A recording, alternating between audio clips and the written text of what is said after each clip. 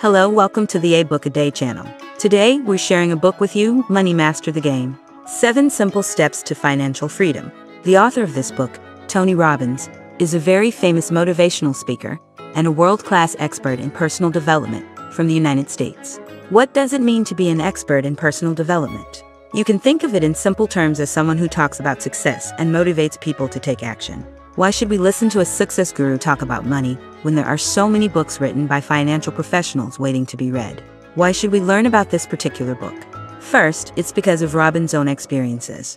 This self-made billionaire made his fortune by speaking about success, and then grew even richer through investments and financial management. He co-founded investment tools for ordinary American investors with friends from Wall Street and has written more than one best-selling book on achieving financial freedom, translated into over a dozen languages.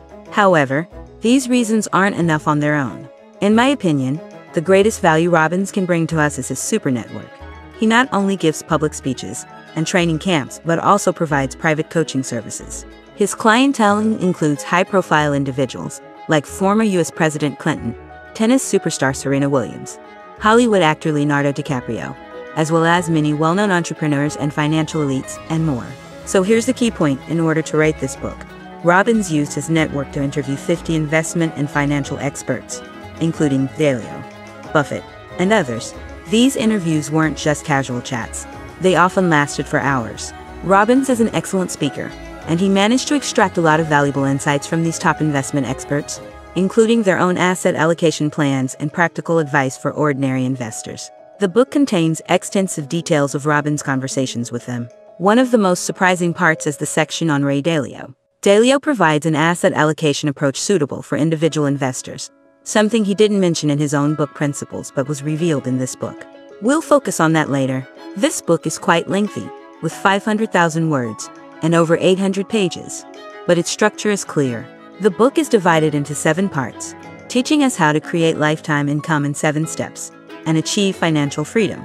According to Robbins, financial freedom means that your investments will provide you with stable and continuous cash income for your entire life, allowing you to do what you want without having to work solely for money.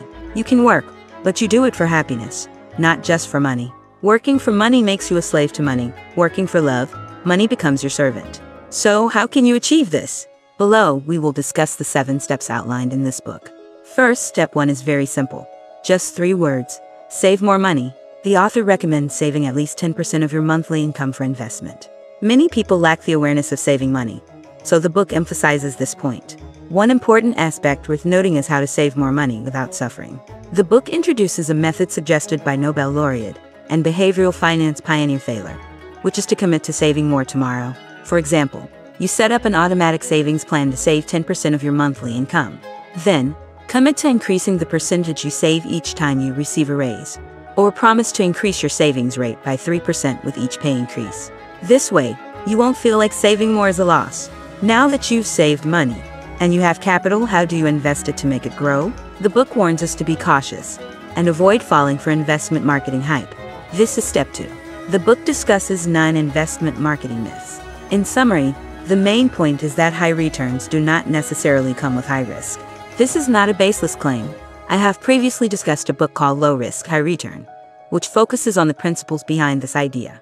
In this book, the author emphasizes the importance of seeking smart money, which means looking for opportunities where the risk and return are not balanced in your favor. Most of the content in the book is based on this principle. Another key point is that actively managed funds are often ineffective at helping you make money. For example, a statistic shows that in the U.S. mutual fund market, from 1984 to 1998, 96% of funds did not outperform the market index. Similar results were observed in other periods. Moreover, Yale University's chief investment officer David Swensen told the author that the reality is even worse, surpassing the 96%. When you look at past fund performance, you can only see the performance of funds that still exist today. Those that have been liquidated are not visible. Moreover, actively managed funds often charge high management fees, which come out of your returns. Many investment experts recommend investing in passive index funds that track the market. These funds have very low management fees. Instead of trying to beat the market, you should become the market. This way, you stand on the side of the winners and grow with the market. Prominent figures like Warren Buffett, David Swensen, and Vanguard's founder John Bogle have all clearly conveyed this message to the author. You might have heard similar advice in books I've discussed previously. This book goes further to suggest that you should consider not only stock index funds, but also commodity index funds, real estate index funds, short-term bond index funds, long-term bond index funds, gold index funds, and more. These are all options for your investments. But how much should each index occupy in your asset portfolio? We will delve into this when discussing steps 4 to 6 later on. Now, let's look at step 3, which is planning. In everyday life, we check navigation routes when going out, and in our careers, we need a plan. Accumulating wealth is no different. You need to start with a financial plan. This plan primarily consists of 2 aspects: your financial goals and the path to achieving them. How do you set financial goals? This book presents 5 levels of financial goals, which I found very enlightening. When people think about financial goals, they often mention financial freedom. However, many people feel that this goal is too distant and may give up. The 5 levels presented in this book are progressive, allowing you to choose according to your needs. The first level is financial security, which means you can cover your basic living expenses even if you stop working, including paying off loans, utilities, food, transportation, and insurance. If, on top of that, you can also afford some discretionary expenses like clothing, entertainment, maintenance, and dining out, then you've reached the third level, financial independence. So, what's the second level? It can be seen as a transition between the first and third levels. If you can cover your basic living expenses but don't need as much for discretionary spending, you're at the second level, financial vitality. After satisfying your living and enjoyment expenses, the next step is to fulfill your dream expenses. Everyone has various dreams for their life, from practical ones like traveling abroad, getting a better car, or upgrading to a larger house, to more extravagant ones like owning a yacht, a private jet, a personal estate, starting a charitable foundation, and more. If you can fulfill these practical dreams, you've achieved financial freedom. This is the fourth level goal. If you can even satisfy your most extravagant dreams, that's absolute financial freedom, which is the highest, fifth level goal. Let's consider an example. Take Jackie, who pays a monthly mortgage of 6,000 yuan, incurs living expenses of 3,000 yuan, and spends 2,000 yuan on enjoyment. To reach the third level goal, financial independence, he would need 132,000 yuan annually.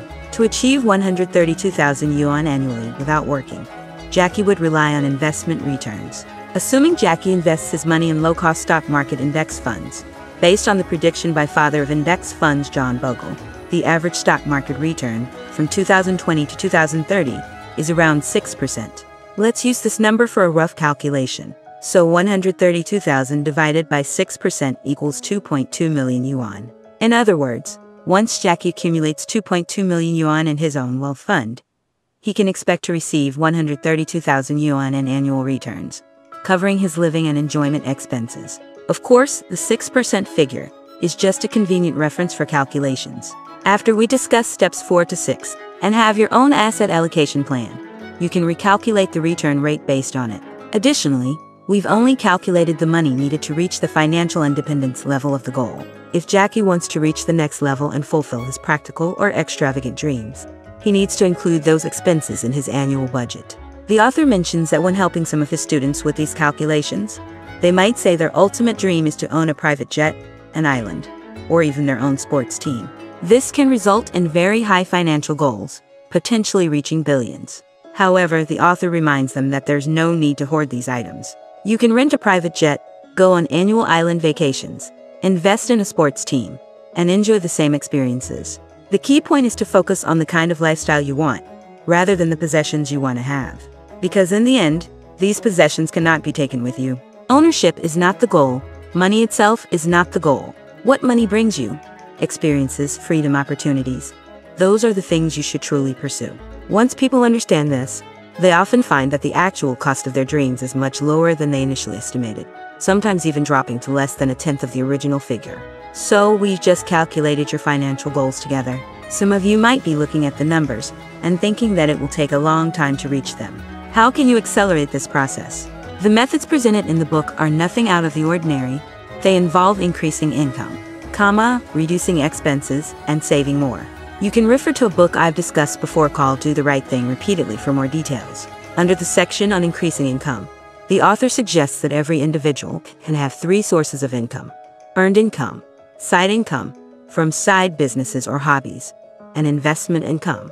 This means that investing is something you should do, whether it's before or after you've reached your financial goals. Before reaching your goals, it's a tool for acceleration. After reaching them, it's a means of generating income. So how should you invest? The next steps, 4, 5, and 6, all revolve around this topic. Let's discuss them together. Up to this point, I've read quite a few books on wealth management. But what pleasantly surprised me about this book is that it provides a very clear and actionable roadmap. It combines the principles of giving a man a fish and teaching a man to fish very effectively. We know that investing essentially comes down to two things: asset allocation and market timing. Asset allocation focuses on what to buy and how much to buy, while market timing focuses on when to buy. Often, we hear loud voices in the market, shouting phrases like "buy the dip," "get in," "add positions," or "reduce positions." All these are related to market timing. Market timing is based on predictions about the market's future direction. However, this book tells us that the best market timing is not timing at all. In other words, you should start by setting up your asset allocation and stick with it, or continue with dollar cost averaging. There are several reasons for this approach. First, predicting the market is extremely difficult and time-consuming, making it challenging for amateur investors. Second, market timing is not as crucial as asset allocation. The book illustrates that different investment gurus have different views on investing, but they all agree that asset allocation is the most critical factor in determining long-term investment performance. For example, Warren Buffett, often referred to as the Oracle of Omaha, repeatedly emphasizes that his job is asset allocation. Even David Swensen, the chief investment officer of Yale University, often stresses to his students that asset allocation explains the majority of investment returns. If you consider the commissions and fees associated with timing your entries and exits, asset allocation's importance becomes even more apparent. Furthermore, even if professional investors have some skill and experience in timing the market, amateur investors are at a significant disadvantage in this regard. So if amateur investors want to compete with professionals in the same market, they can only rely on asset allocation. This is why amateur investors need to pay more attention to asset allocation. However, asset allocation is one of the most professional aspects of investing, often presented in a complex manner by academics and textbooks, with complex formulas and even more complex models used by professional investors. For many amateur investors, understanding how to do asset allocation can be challenging. Fortunately, this book provides a clear approach. Even the book's translator, Lee Jianwei, chief investment planner at Fogel Fund, mentioned that this book is the simplest and clearest book on asset allocation he has seen. The book introduces a concept called the 3 buckets as a framework for asset allocation. The first bucket is the safety bucket, which prioritizes stability and consists of fixed income investments. The assets in this bucket primarily include cash, money market funds, bonds, and retirement accounts. The principle is secure, and the goal of investments in this bucket is defense rather than offense. The second bucket is the growth bucket, which aims for growth and can tolerate some risk. It includes investments in equities, real estate, commodity futures, foreign exchange, and art. The objective of these investments is to pursue higher returns. It's important to note that when the book refers to these asset categories, it doesn't recommend investing in individual stocks, individual bonds, or specific properties. Instead, it advises diversifying risk by investing in index funds. This allows you to diversify your investment across a wide range of assets at the lowest cost. For example, you can invest in stock index funds, bond index funds, gold index funds, and real estate investment trust, REIT index funds. Additionally, asset allocation is crucial because it helps you find opportunities where the risk-reward trade-off is in your favor, aligning with the principle of seeking smart money, as I've mentioned earlier. Diversification is a vital method for achieving low risk and high return. As famously stated by Nobel laureate Harry Markowitz, diversification is the only free lunch. Now, how should you allocate the assets between the safety bucket and the growth bucket? This can vary from person to person. If you are more conservative, you can allocate 70% to the safety bucket and 30% to the growth bucket. If you are willing to take more risks, you can go 50-50. You might be wondering about the third bucket. The third bucket is called the dream bucket. This is what sets this book apart from many other investment books.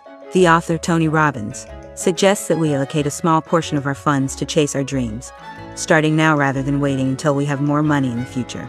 You can set aside a very small percentage of your income each month, like 3%, and put it in the dream bucket. You can also allocate windfall money, such as bonuses or the profits from your investments, to this bucket. This approach can be especially beneficial for those who tend to hold on to their investments during bull markets and miss opportunities.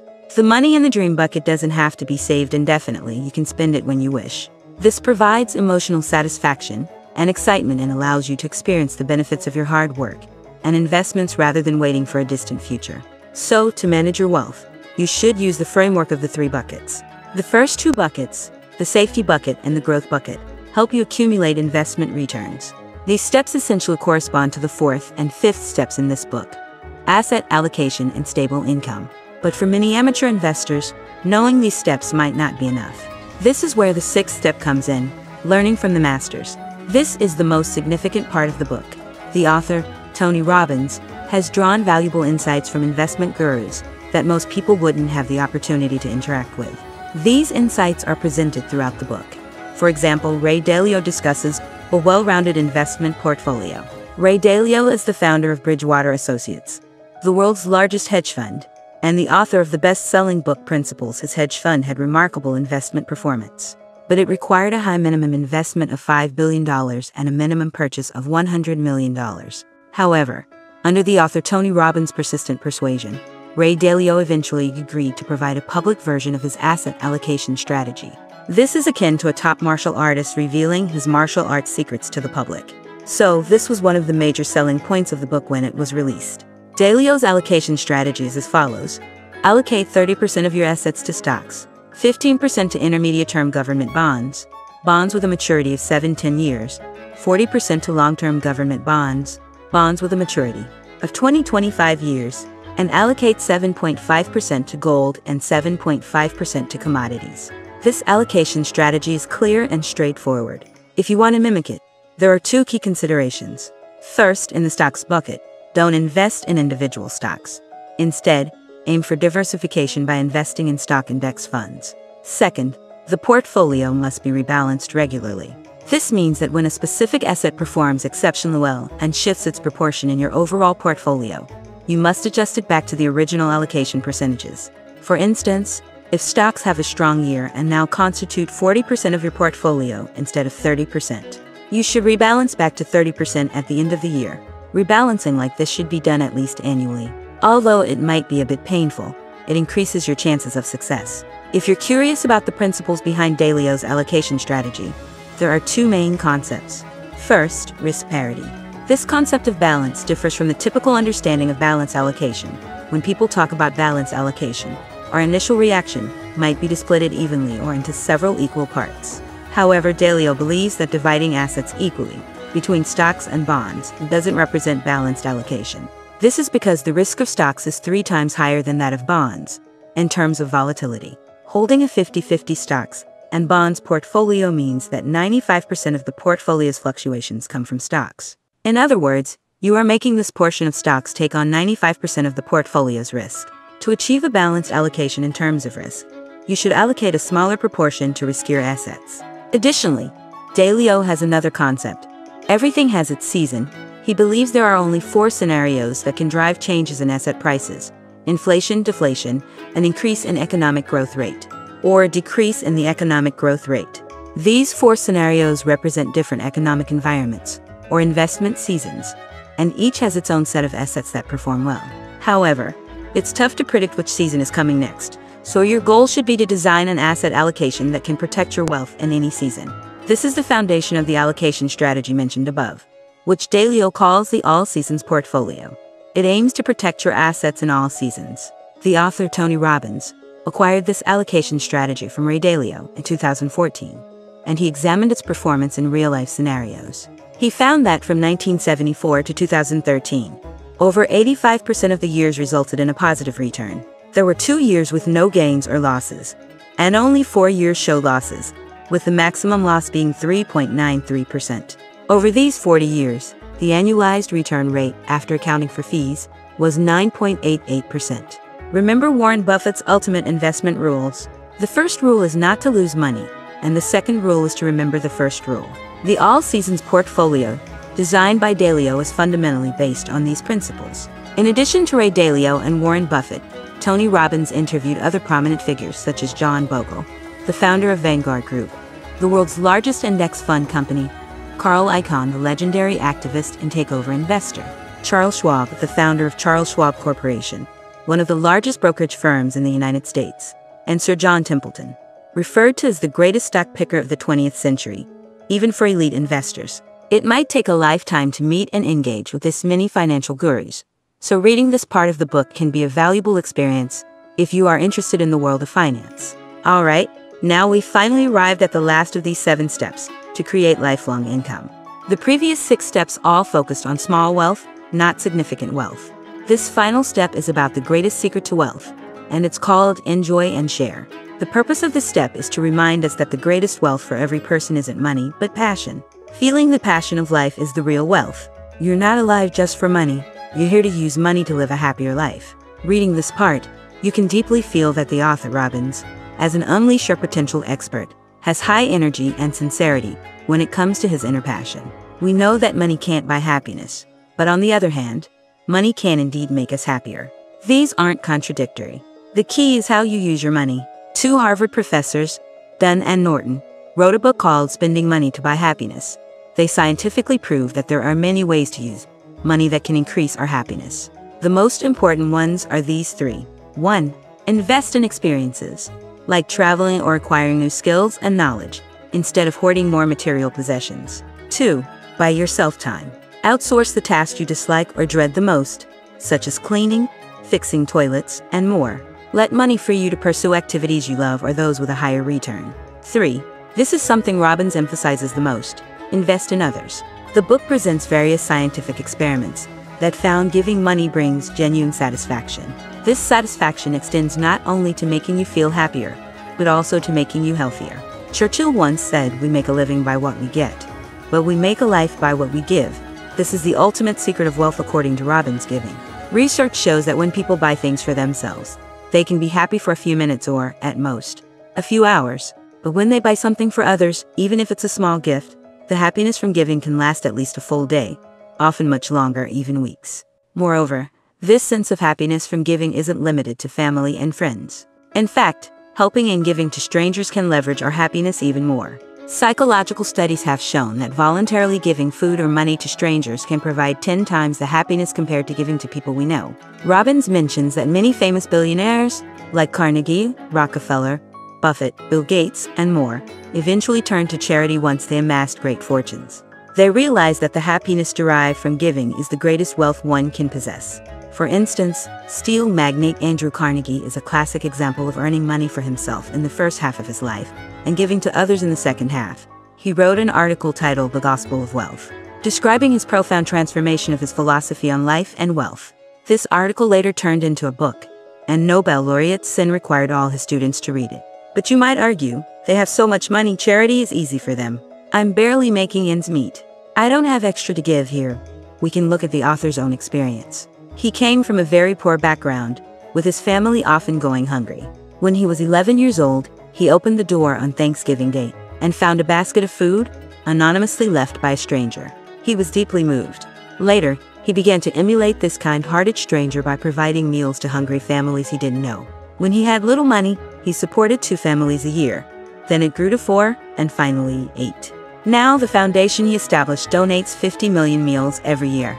Additionally, all the profits from the books he wrote are donated to charitable organizations. In the book, he emphasizes that for regular people, even small acts of kindness, like joining charity programs or donating pocket change to help strangers avoid hunger or suffering, can make a positive impact. Certainly, giving isn't only about material things.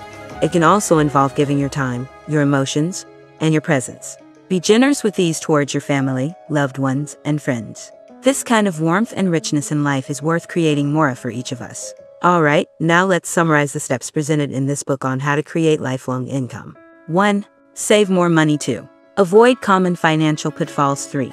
Make a plan. 4. Manage your assets. 5. Stabilize your income. 6. Learn from the master. 7. Enjoy and share. Lastly, I'd like to share a few sentences from the book that touched me. 1. When it comes to investing and managing finances, it must be done in a way that brings inner peace. If you make money but your mind is in turmoil and your life is chaotic, it's not worth it. 2. The secret to amassing enough wealth is simple. Find a way to contribute more to others than others do. Do more, give more, and serve more, and you'll have opportunities to earn more. 3. Life isn't just an adventure. It's also a journey of happiness. You can find adventure and joy in the people you love and the gleam in your child's eye. You can hit the jackpot everywhere. 4. The meaning of life isn't in what you receive but in what you give. In the end, what you receive will never bring long-lasting happiness, but who you become and what you contribute will bring lasting joy. With that, this book has been fully explained. If you enjoyed this video, feel free to share it with your friends. Congratulations, you've completed another book.